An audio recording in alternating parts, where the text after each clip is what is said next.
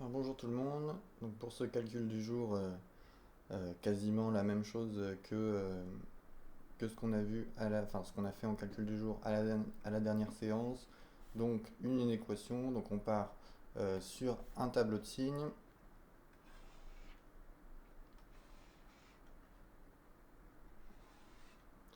Un, deux, trois, hop.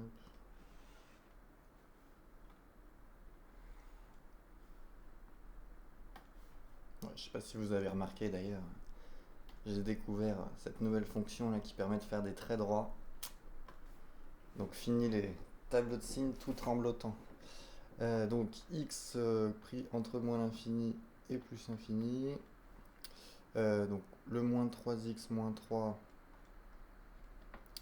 ça s'annule en moins 1. Que je vérifie juste, ça doit être la valeur au milieu. Oui, bon, le plus simple pour être sûr de les mettre dans l'ordre, c'est de regarder toutes les valeurs d'annulation dès le début pour être sûr d'avoir la place. Donc on a moins 1 pour ici, 2x plus 4, ça s'annule en moins 2, ok. Et 5x plus 3, ça va s'annuler en combien?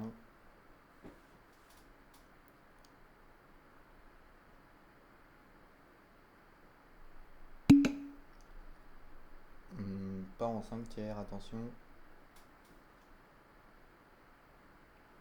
Hein, on résout 5x plus 3 égale à 0. Donc on fait passer le 3 de l'autre côté, ça nous donne 5x égale à moins 3. Et ensuite on fait passer le 5 en divisant. Donc au final on a moins 3 sur 5.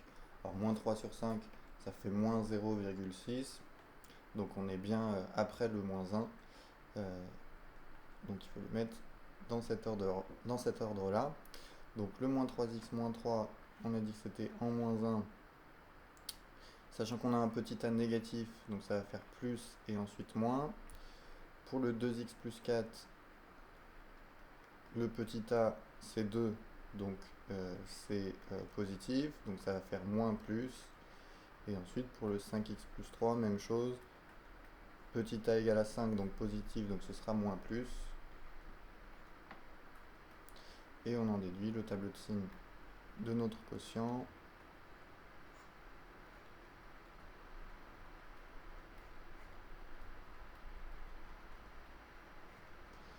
Donc il va s'annuler en moins 1, puisque ça c'est le numérateur. Mais attention, puisque le 2x plus 4 et le 5x plus 3, ils sont au dénominateur. Donc là où ils s'annulent, ça va pas faire un 0, mais ça va faire une valeur interdite. Parce qu'on n'a pas le droit de diviser par 0. Donc,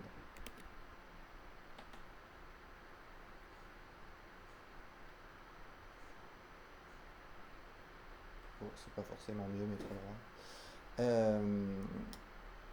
Donc voilà, pour les valeurs interdites. Et ensuite, donc plus, moins, moins, ça fait plus.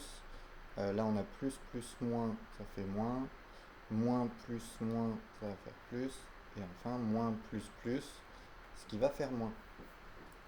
Donc, on voulait savoir où est-ce que c'était strictement positif.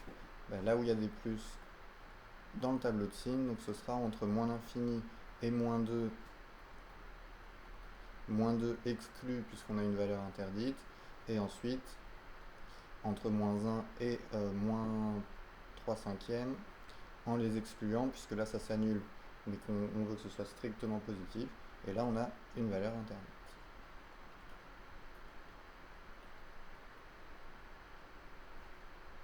Donc voilà pour notre ensemble solution.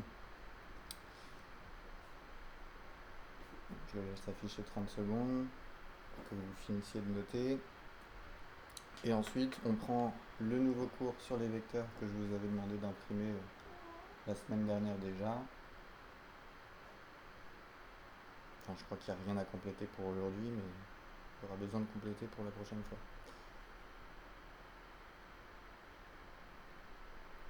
Donc,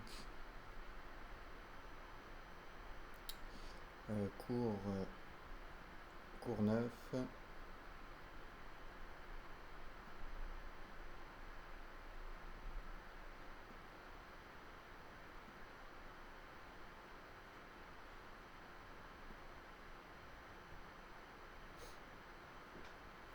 Donc Courneuve sur les vecteurs. Alors comme on l'a vu la dernière fois dans l'activité, donc on se place dans un plan, un vecteur peut être vu comme un déplacement. Donc ça va symboliser un déplacement, euh, alors qu'on appelle aussi une translation plutôt en mathématiques. Euh, donc sur la figure ci-contre, le vecteur, donc le déplacement permettant d'aller du point A au point A', on peut voir que c'est le même que celui permettant d'aller du point B au point B', donc on va créer un vecteur U qui va symboliser ce déplacement. Donc un vecteur est caractérisé par trois choses. Donc une direction, c'est-à-dire l'orientation de la ligne sur laquelle on se déplace, un sens, donc le sens dans lequel on se déplace sur la ligne, et une norme, c'est-à-dire la distance qu'on parcourt à partir du point de départ, une norme ou une longueur. Donc c'est pour cela qu'on le représente par un segment avec une flèche à une extrémité. Euh, alors je sais pas si vous comprenez bien la différence entre une direction et un sens. Simplement, quand vous avez par exemple un point A et un point B, bah, la direction, ce sera en fait la ligne, la droite pardon, AB, ça ce sera la direction. Mais par contre, si on fait par exemple le déplacement de A vers B, il faut donner un sens, donc pour indiquer dans quel sens on parcourt le segment en fait sur la droite AB. Si on n'avait que la droite, donc que la direction, bah, on ne saurait pas si on va par ici ou par ici. Alors, en général, on note un vecteur par une lettre surmontée d'une flèche. Donc, le vecteur U, c'est un U avec une flèche comme ça, le vecteur V, le vecteur W, etc. Donc, on lit respectivement vecteur U, vecteur V, vecteur W. Lorsqu'on définit un vecteur par le déplacement d'un point M à un point N, on parle alors du vecteur Mn. Et on note ce nouveau vecteur, donc Mn, avec une flèche au-dessus. Donc M, c'est l'origine du vecteur et N, c'est son extrémité. Donc c'est important de faire attention au sens avec lequel on écrit nos lettres, puisque le vecteur Mn, ce ne sera pas le même que le vecteur Nm. Donc, si on inverse, évidemment, ça change le sens du déplacement. Alors, propriété, d'après la caractérisation d'un vecteur, on dit que deux vecteurs sont égaux si et seulement si ils ont même direction, même sens et même longueur. C'est-à-dire que si vous prenez là le vecteur AB et que vous prenez à côté le vecteur, par exemple le vecteur CD ici, et bien là, s'ils ont la même direction, le même sens et la même norme, donc la même longueur, et ben les deux vecteurs sont égaux. Donc on pourra noter que, par exemple ici, le vecteur AB, il est égal au vecteur CD. Peu importe en fait où ce vecteur-là, je peux le mettre à côté ici et l'appeler mon vecteur AB. Je peux le représenter où je veux sur mon plan, il n'y a pas d'importance. Alors en conséquence, donc lorsqu'à partir d'un point A, on obtient un point A' par un vecteur U, le vecteur AA' est donc le même que le vecteur U. Donc ça c'est un peu ce que je disais ici. Donc vous prenez un point A, un point A', hop. Et bien du coup ça c'est le vecteur U, mais c'est aussi le vecteur AA'.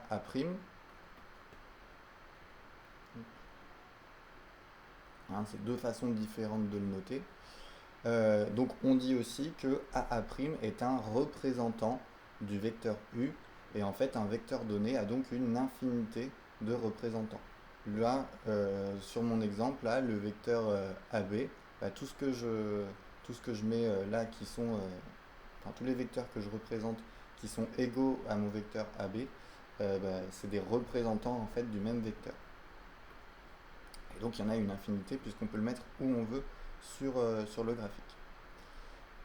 Alors, lorsque AA' est égal à U, donc un peu de vocabulaire ici, on dit que A' est le translaté de A par U.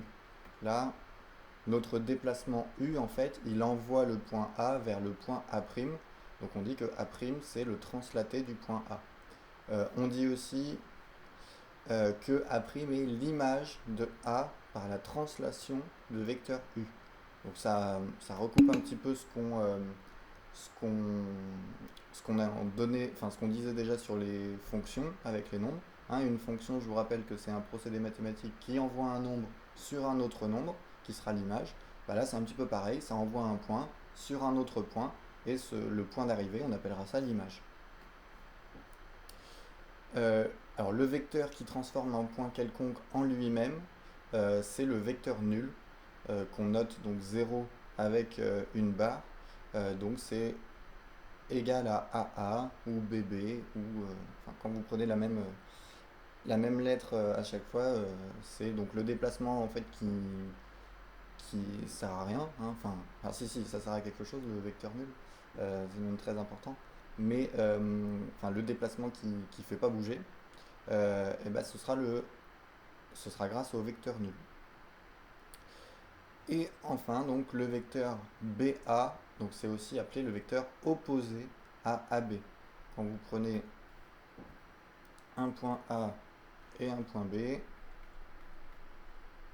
donc dans ce sens-là, c'est le vecteur AB, et dans l'autre sens, bah, ce sera le vecteur BA, et on comprend bien pourquoi on les appelle des vecteurs opposés. Il y a juste leur sens qui change. Hein, en fait, ils ont même direction, et ils ont même norme, ces deux vecteurs. Ils ont juste le sens qui est différent. Et enfin, avant de passer aux exercices, une dernière petite propriété. Donc si vous prenez deux vecteurs AB et CD différents du vecteur nul, sinon ça ne marche pas, vous avez l'équivalence entre l'égalité de AB et de CD et le fait que ABDC, attention à l'ordre, est un parallélogramme. Alors ça se voit bien sur le dessin ici.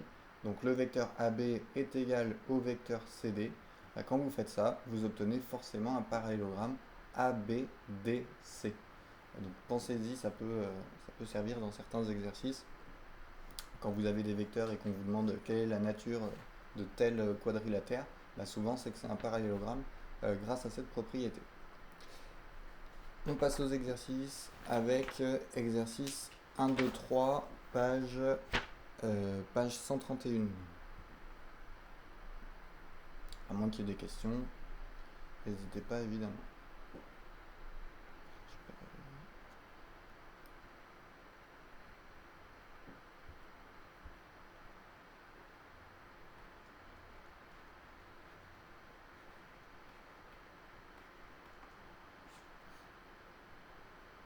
Donc le 2 et le 3 ensuite, si vous avez fini le 1. Vous avez une petite figure à reproduire, et donc après vous avez des vecteurs à tracer. Il faut juste que je retrouve la page.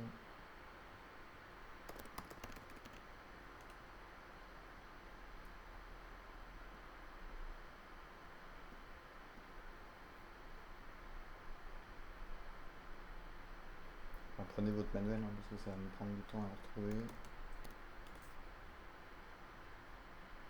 J'ai pas fait la capture d'écran pour l'instant.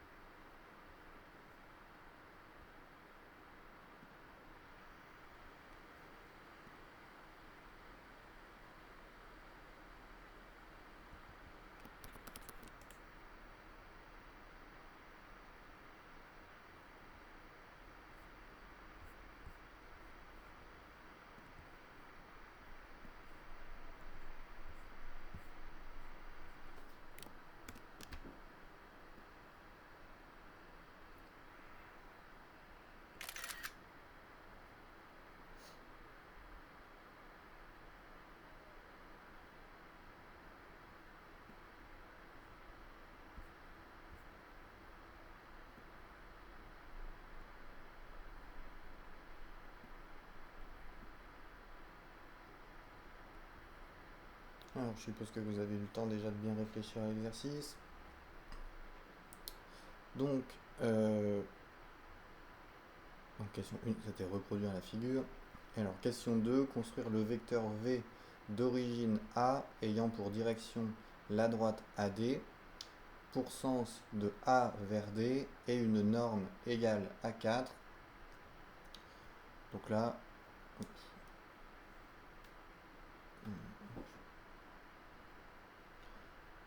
donc on sait que c'est le vecteur qui part de A et qui va vers D, et donc de longueur 4, donc on prend une longueur de 4 carreaux. Donc vous avez ce vecteur, donc le vecteur V, il est comme ça. Ça va pour tout le monde? Ce que vous aviez fait?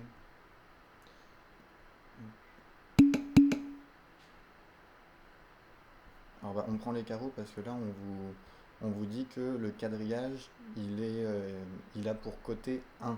Donc ça veut dire que chaque carreau mesure 1. Oui, faites à la règle. Hein. Vous refaites la même chose, vous prenez un carreau, c'est 1, vous placez les points au même endroit sur votre feuille. Mais donc on vous disait que la norme de ce vecteur c'était égal à 4. Donc une norme égale à 4, ça veut dire qu'il est de longueur 4. Donc il faut lui donner une longueur de 4 carreaux à ce vecteur V. Alors ensuite, question 3, construire le vecteur W d'origine D ayant pour direction la droite BC, pour sens de B vers C et une norme égale à 2. Alors là, attention, parce que donc là, la direction c'est de B vers C, donc ça va être un vecteur qui va partir dans ce sens-là, sauf qu'il faut lui donner une norme égale à 2, sauf que si on va là, la diagonale, là, c'est pas une diagonale de 2, donc il faut bien prendre la même mesure qu'ici, par exemple en prenant un compas, pour pouvoir faire un petit cercle ici, pour être sûr d'avoir une longueur de 2 pour notre vecteur W. Donc là, avec le compas, assurez-vous d'avoir la même... bon, ça doit être plus court, hein, chez vous, j'étais un peu trop loin. Mais d'avoir la même longueur ici et ici.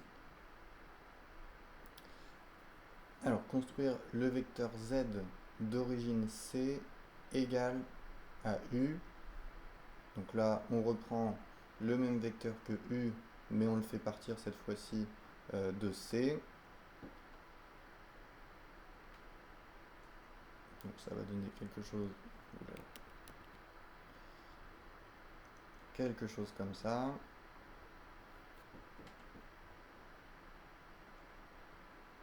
Donc ça c'est le vecteur Z.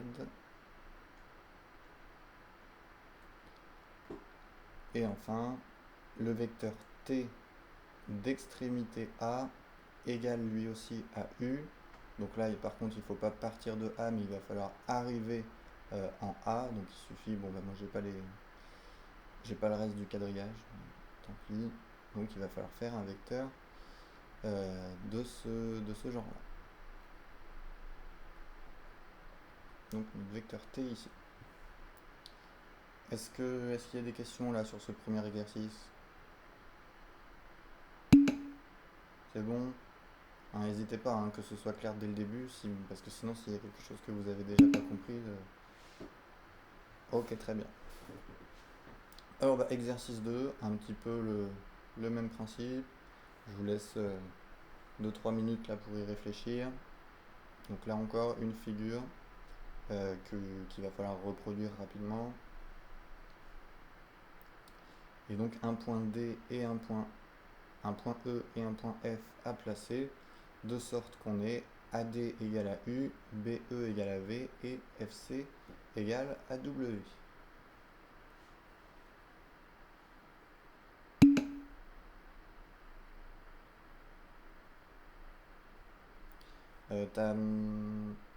Tu comprends pas l'exercice 2 ou la question 2?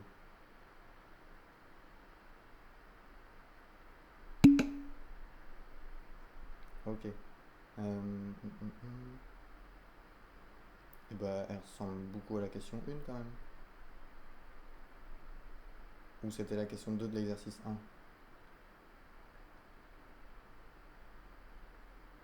Non, là c'est juste donc pour construire le point D. Ah, exercice 1, d'accord. Donc construire le vecteur V d'origine A. Bah là, mon vecteur que j'ai tracé ici, son origine c'est bien A. Son extrémité c'est le point qui est ici. Bon, il n'a pas de nom ici. Mais il fallait qu'il ait pour direction la droite AD. Donc la droite AD, elle est là. Donc mon vecteur il suit bien la même direction. Et son sens c'est de A vers D. Et alors sa norme, fallait que ce soit égal à 4. Donc c'est pour ça que j'ai pris une longueur ici de 4 carreaux. C'est bon? C'était quoi? C'était la norme que tu n'avais pas compris ou la direction ou le sens? Ok, ok, ok. Quand on vous parle de norme, hein, c'est la longueur hein, en fait c'est la longueur du vecteur.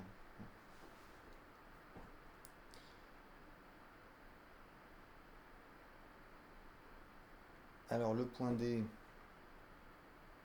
donc là on veut que AD soit égal à U, donc ça veut dire qu'il faut qu'on reproduise un vecteur qui part de A et qui soit le même que U ici.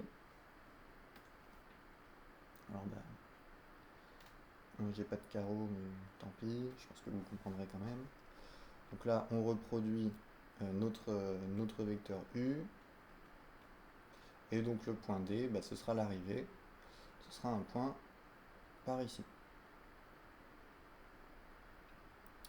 Alors même chose ensuite, le point E, il faut faire en sorte que le vecteur BE soit égal à V.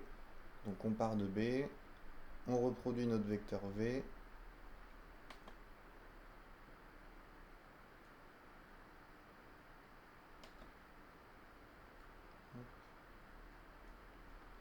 Avec les carreaux, il suffit de décaler de 1 et de descendre de 2 après.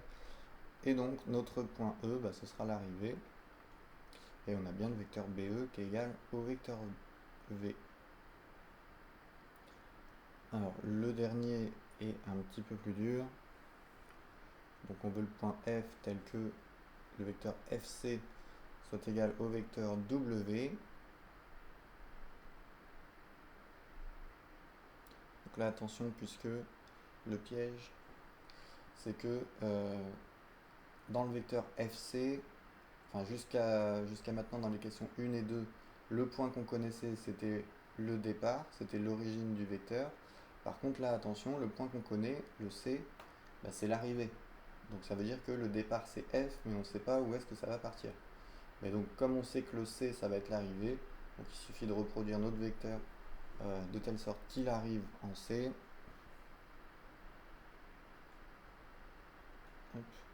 Et on met le point F à l'origine.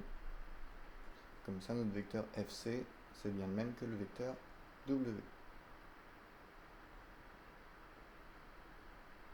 Pas de questions encore une fois? C'est bon? Donc bah, exercice 3, hein, c'est bon. Donc soit ABCD 1 carré de centre O et de côté 2. J'espère que tout le monde se souvient de ce que c'est que le centre d'un carré. Et donc des vecteurs à construire en utilisant ce carré. Donc je laisse le faire.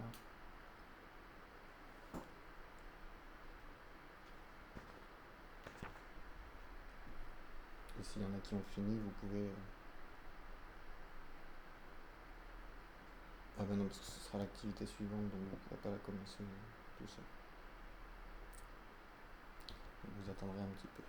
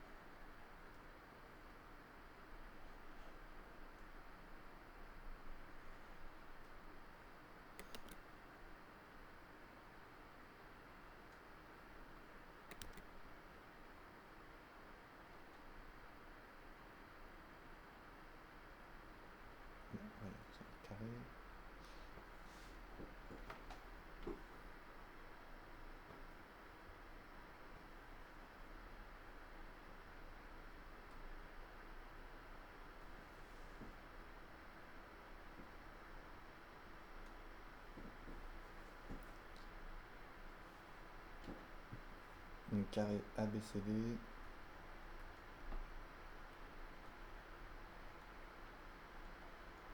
Deux centres O. Et on sait que il y a un côté de taille 2.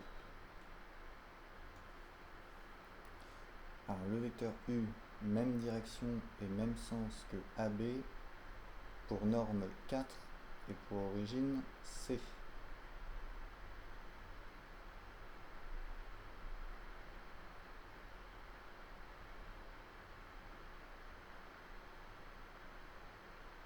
Donc le vecteur AB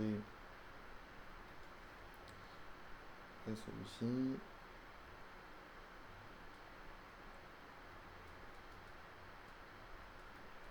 Donc nous on veut la même direction et le même sens, mais par contre on veut une norme égale à 4.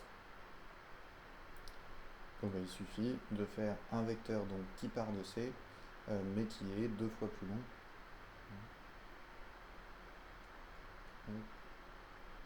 Donc ce sera notre vecteur U. Bon, évidemment vous avec les carreaux, vous pourrez le faire exactement 2 fois plus long. Et ensuite donc question 2, le vecteur V ayant même direction que DO, alors pour sens de O vers D, pour norme 2 et pour extrémité C.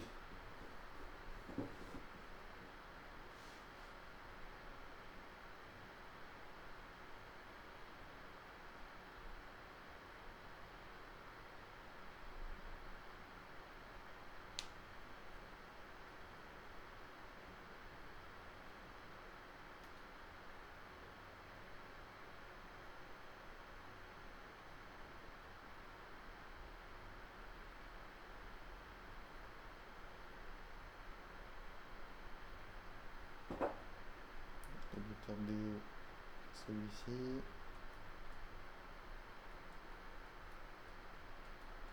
Donc il nous faut la même direction, donc ça va suivre. Donc alors, sachant qu'il faut qu'il y ait pour extrémité C, donc il faut la même direction. Donc on peut tracer une droite parallèle là si on veut. Donc comme ça j'ai la même direction que le vecteur DO. Alors pour sens par contre il faut que ce soit de O vers D, donc ce sera plutôt un vecteur qui va aller dans ce sens là. Alors il faut une norme égale à 2 et il faut comme extrémité le point C, donc c'est un vecteur qui va arriver au point C. Par contre pour bien avoir une taille de 2, on est obligé là encore, comme tout à l'heure, d'avoir la même taille que le côté de notre carré là. Donc pour être sûr d'avoir la bonne taille, le mieux c'est de prendre un compas pour pouvoir reporter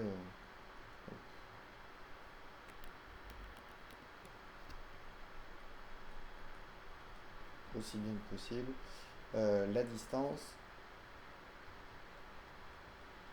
et qu'on ait une distance de 2 pour notre vecteur. Bon là sur mon graphique, à mon avis c'est pas bon du tout. Donc ça c'est le vecteur V.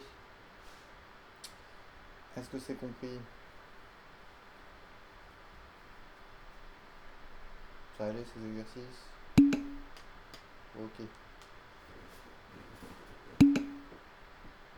Alors, on va regarder la suite de l'exercice, de l'activité, pardon,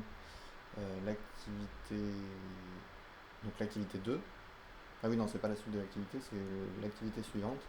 Activité 2, donc qui reprend la carte de l'activité 1. Donc là encore, il va falloir regarder, c'est moi qui vais faire les tracés sur GeoGebra.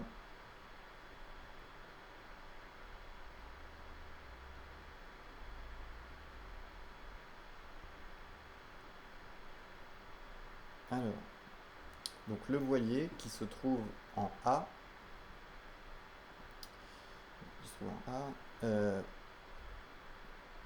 fait route vers le point D, qui est ici, et a bien l'intention de s'y trouver dans 1 heure.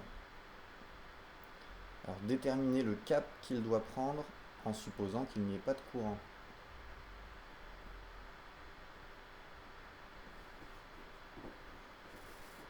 Donc là, a priori, pour aller du point A vers le point D, alors à vue d'œil, c'est à peu près quel cap qu'il va falloir prendre là.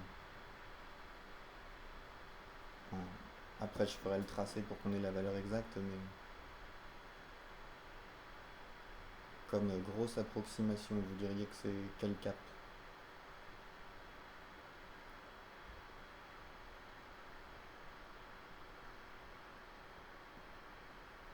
Donc ici, on va aller... Ah bah, fallait poser des questions la dernière fois. Alors le cap, c'est donc pour déterminer le cap, il faut qu'on regarde la droite là, la droite verticale là qui va vers le nord. Et on regarde, donc on veut aller dans la direction de D. Donc bah, je vais créer un vecteur pour ça. Hop, de A vers D. Donc voilà le déplacement que je veux effectuer. Et donc le cap de ce déplacement, en fait, c'est l'angle que va faire le déplacement par rapport à la direction du nord. Donc c'est l'angle qu'on a ici.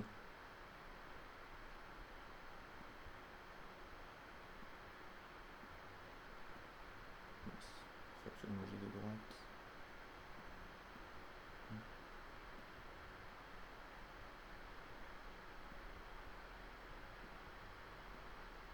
Voilà, donc là je suis au cap 40,11 degrés, hein, pour aller vers le point D. Ok.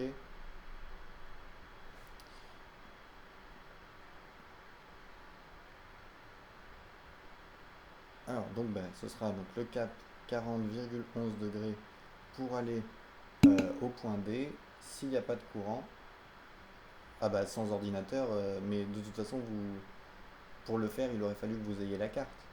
Mais sans ordinateur, bah, vous prenez un rapporteur, tout simplement.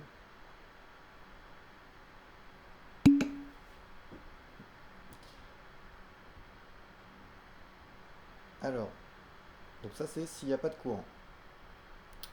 Par contre, les cartes de navigation informent que dans la zone du bateau, il y a un courant d'un nœud au cap 225 degrés. Alors je vais faire un vecteur là pour représenter ce courant de 225 degrés. Il faut encore que je fasse... donc je vais le faire par ici. Donc, je vais le faire ici plutôt, tant pis, on n'a plus besoin du point B de toute façon. Donc c'est au cap 225 degrés, donc il faut que je fasse un angle de 225 degrés.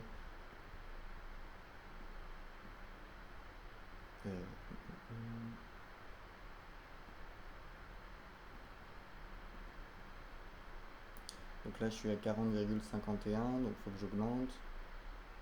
Donc 225 degrés, ça fait...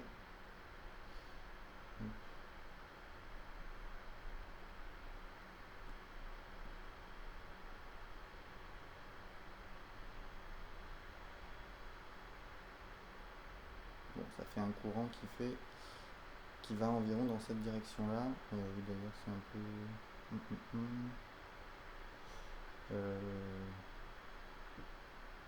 Ouais, non, il me plaît pas trop ce 225 degrés en fait. Donc si vous avez imprimé la feuille, on va changer, on va mettre plutôt, on va mettre 300 degrés. Ce sera plus simple. Hop.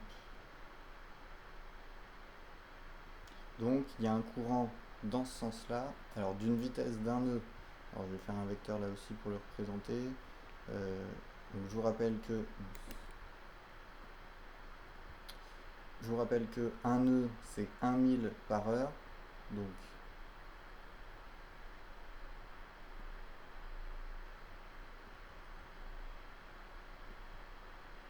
recréer mon petit mon 1000 ici. Donc ça c'est la distance que fait un 1000. Donc notre courant il parcourt, je sais pas trop si on peut dire qu'un courant parcourt une distance, mais en tout cas il va dans cette, il envoie les bateaux si on veut dans cette, de cette distance là pendant, en une heure, puisqu'il va à une vitesse de 1 nœud.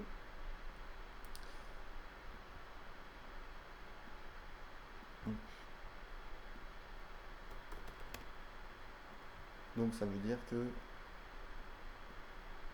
mon courant, je peux le représenter par un vecteur comme ça.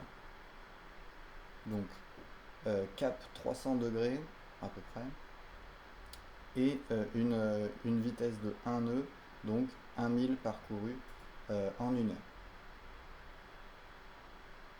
Je vais changer de couleur, on va un peu mieux.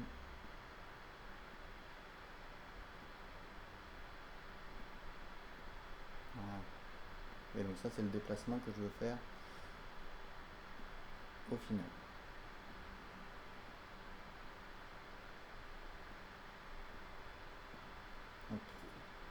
J'espère que vous voyez bien. Donc, la question 2, c'est, avec ce courant, le navigateur doit donc prendre un cap plus au nord ou plus au sud, sachant qu'on a envie d'aller du point A au point D. Il va falloir donc changer la direction, mais il va falloir prendre un cap plus au nord ou plus au sud pour compenser le courant.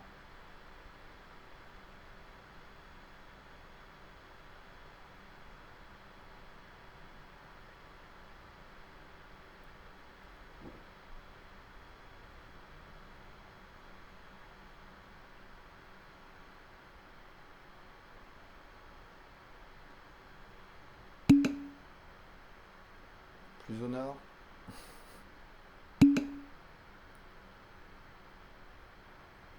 Bon bah non, c'est loupé, hein. Il faut prendre un cap plus au sud. Hein. Si on veut aller de là vers là, mais qu'on a un courant ici qui va pousser dans cette direction-là, hein, qui va pousser vers, l'île, là, bah, ça veut dire que la direction, il faut l'ajuster et il faut essayer de se diriger plutôt vers l'extérieur, là. Il faut essayer de se diriger plutôt vers la mer, là, pour que le courant, en plus, nous renvoie au fur et à mesure sur la bonne direction. Donc un, c'est plutôt un cap plus au sud qu'il va falloir prendre. Est-ce que vous comprenez bien pourquoi?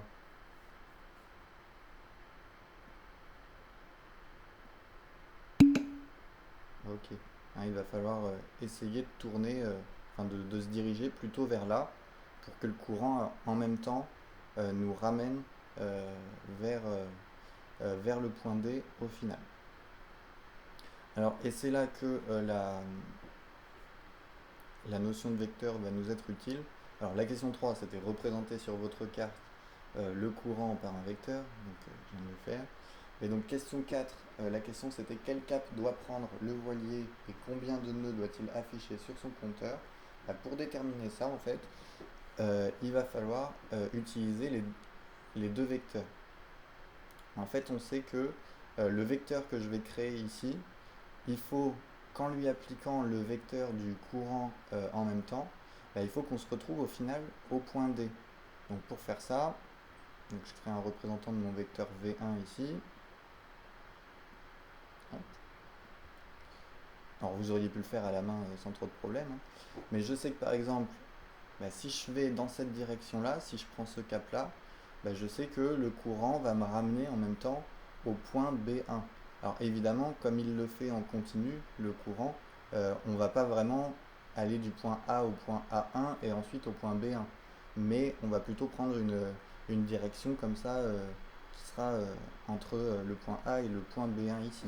Euh, mais c'est juste une histoire de représentation ici. Et donc bah, pour arriver au point D, eh ben, on va prendre un cap dans cette direction-là et le courant nous ramènera au fur et à mesure sur le point B1, sachant que sur le point D, pardon, sachant que ce vecteur ici, il est égal au vecteur qui représente le courant.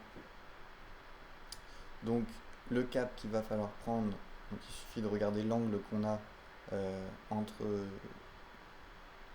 entre la verticale et notre nouveau vecteur ici.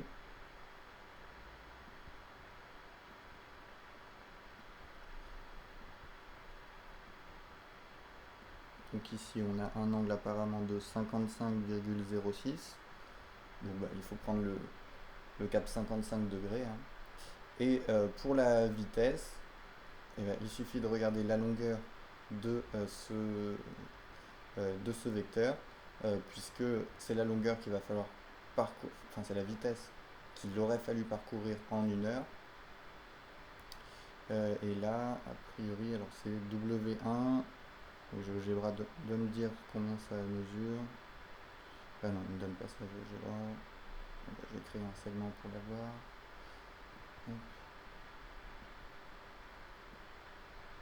K1,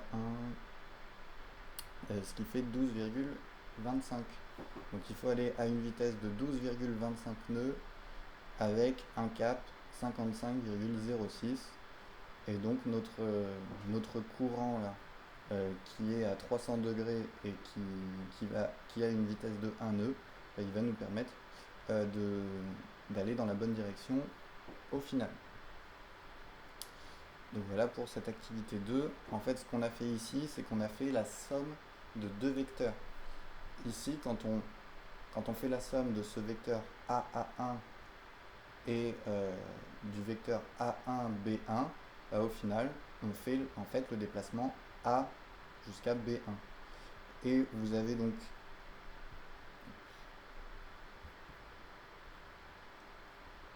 plusieurs propriétés sur les sommes de deux vecteurs. Mais donc, que je le représente dans une situation un peu plus simplifiée. Donc si vous avez un point A, un point B et un point C, si vous faites le déplacement de A vers B, donc vous faites une translation de vecteur AB, et qu'ensuite vous faites un déplacement de B vers C, donc ça on l'écrit avec une addition, hein. On dit qu'on fait une translation de vecteur AB et ensuite on fait plus BC. Au final, on a réalisé le déplacement qui correspond à quel vecteur là?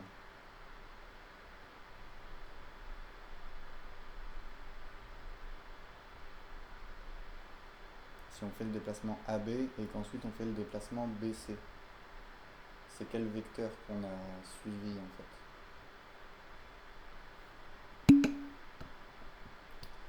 Alors pas uniquement le vecteur BC.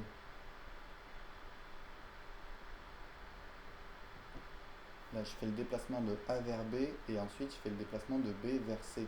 Au final j'ai fait un déplacement d'où vers où. Alors on le notera pas ABC, hein. On ne mettra pas ça comme ça. C'est pas le déplacement ABC. C'est simplement le déplacement qui part de A et qui arrive à C.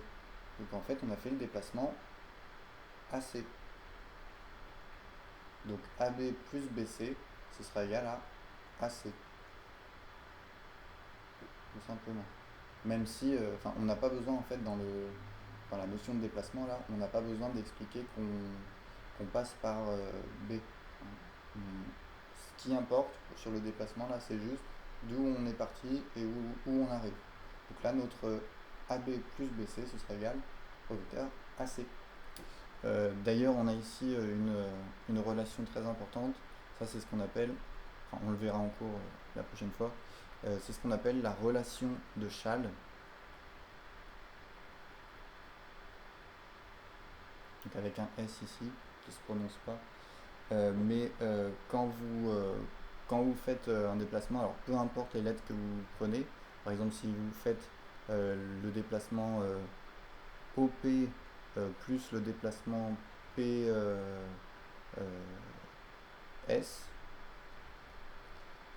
en fait vous allez faire quel déplacement en faisant ça?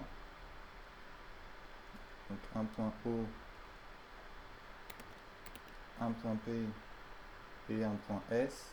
Si je fais le déplacement OP et ensuite PS, voilà, au final, j'ai fait le déplacement OS. Ok. En fait, là, quand vous avez une addition de vecteurs comme ça, si vous avez une lettre en commun pour l'extrémité du premier et qui est la même que l'origine du deuxième, bah, vous pouvez les enlever, en fait, vous pouvez les simplifier si vous voulez. Donc c'est ça qui est donné par la relation de Chasles.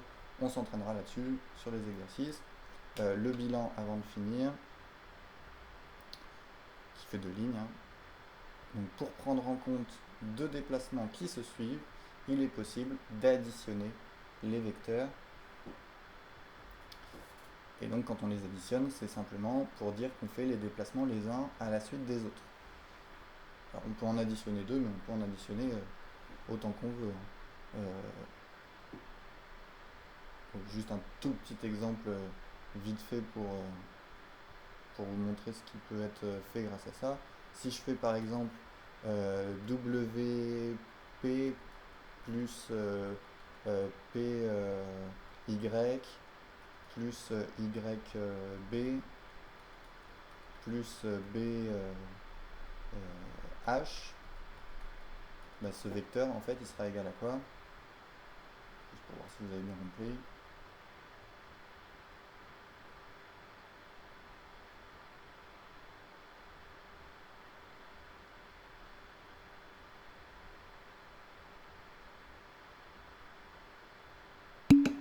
Voilà, WH, très bien. Hein, on peut tout simplifier. Le P et le P qui sont ici s'en vont, le Y et le Y s'en vont, les B s'en vont, il ne reste plus que WH. Voilà. Et alors on verra qu'on peut aussi les multiplier par des nombres réels. Par exemple, si on fait AB plus AB, donc ça fait 2 fois AB, bah, c'est juste un vecteur qui est égal au vecteur AB, mais simplement il est 2 fois plus long. Donc là vous avez AB,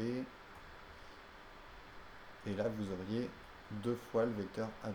Donc on peut les multiplier aussi par un nombre réel. On ne peut pas les multiplier entre eux, enfin vous verrez plus tard comment on fait pour les multiplier entre eux, mais on peut les multiplier par un nombre réel. Bon, je vous remets le bilan, et je vous donne les exercices pour la semaine prochaine. Alors je vous en mets beaucoup parce que je pense que, enfin, sur les vecteurs là, je pense que ça va vite. Si vous avez bien compris, ça ne devrait pas vous prendre énormément de temps pour les faire.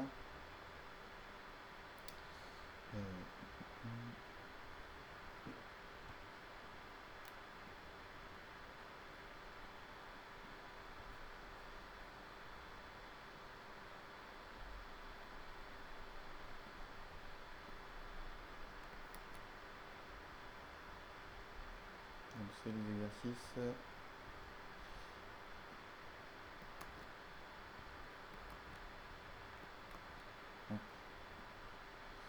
Voilà. Donc 45, 46, 48, 38, page 142, et 86 et 87, page 146.